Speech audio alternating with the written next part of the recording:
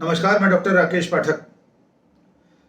26 अक्टूबर की तारीख हिंदुस्तान की आज़ादी की जंग में और ख़ास तौर से हिंदू मुस्लिम एकता के लिए, सांप्रदायिक सद्भाव के लिए अपनी कुर्बानी देने वाले शख्स गणेश शंकर विद्यार्थी के नाम लिखी है। यह तारीख इसलिए महत्वपूर्ण है कि गणेश शंकर विद्यार्थी न केवल एक पत्रकार थे, पत्रकारिता के पुरोधा थे, बल्कि उन्होंने सांप्रदायिक सद्भाव के लिए अपना सर्वोच्च बलिदान दिया था। आज हम गणेश शंकर विद्यार्थी को याद करेंगे। ये बीती सदी में दूसरे दशक का दौर था, जबकि अंग्रेजों ने भारत के समाज के भीतर, लोगों के भीतर, राजनीति में, सार्वजनिक जीवन के हर क्षेत्र में घृणा भरना शुरू कर दिया था। और उसी का परिणाम था, उसी का नतीजा था कि सन 1931 में जो संयुक्त प्रांत था उस वक्त, जिसे आज उत्तर प्रदेश कहते हैं, वहां दंगों की आग भड़क उठी थी।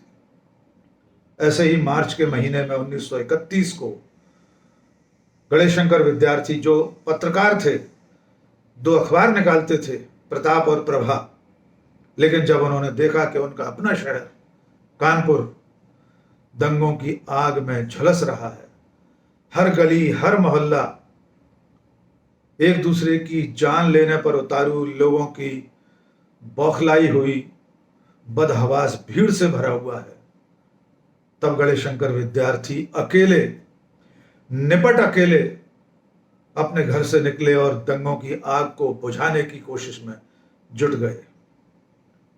और इस कोशिश में उन्होंने अपनी जिंदगी कुर्बान कर दी। दंगाइयों ने बिना ये जाने कि ये बहुत बड़े पत्रकार हैं, ये हिंदू मुस्लिम एकता के लिए उनके बीच आए, उन्हें समझाइश देने आए हैं, उनकी जान ले ली। दुर्भाग्यपूर्ण यह है कि उनका शव भी कुछ दिनों बाद मिला।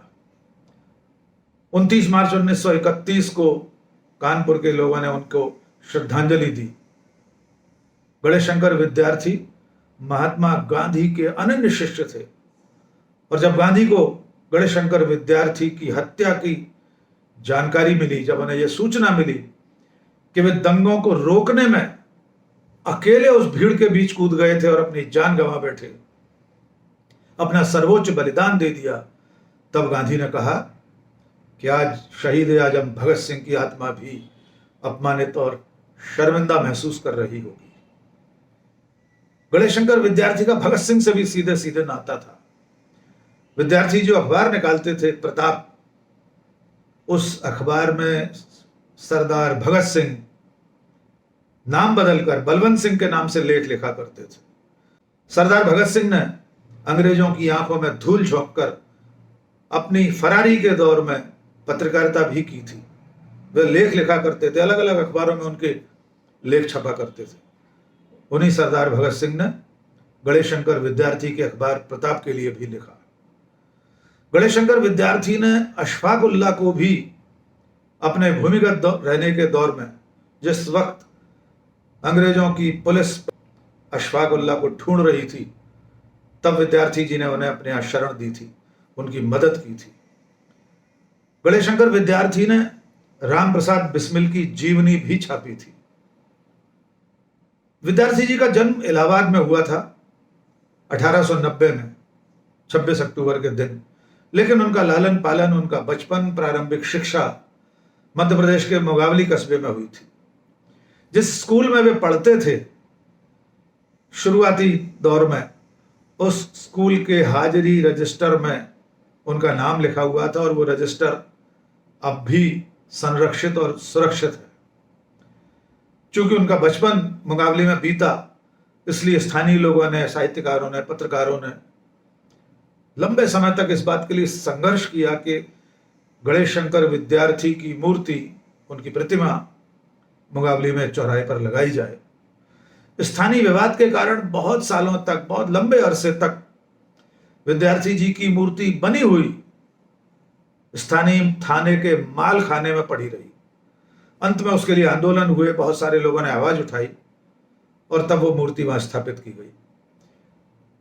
आज गणेश शंकर विद्यार्थी की शहादत को याद करते हुए, उनकी जयंती के दिन उन्हें याद करते हुए, हमें यह नहीं भूलना चाहिए कि हमारा ये खूबसूरत मुल्क, ये देश सांप्रदायिक सद्भाव का गुलदस्ता एक बार फिर उसी राह पर चल पड़ा है जिस राह पर अंग्रेजों ने हमारे देश को आज से 100 साल पहले पहुंचाया था।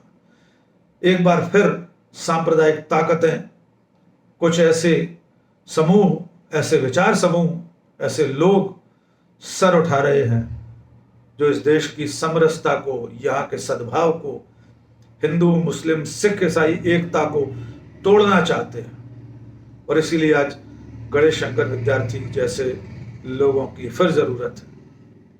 उन्हें सच्ची श्रद्धांजलि तो तभी होगी जब हम इन सांप्रदायिक ताकतों के खिलाफ हर मौके पर, हर अवसर पर खड़े दिखाई दें, आवाज उठाएं।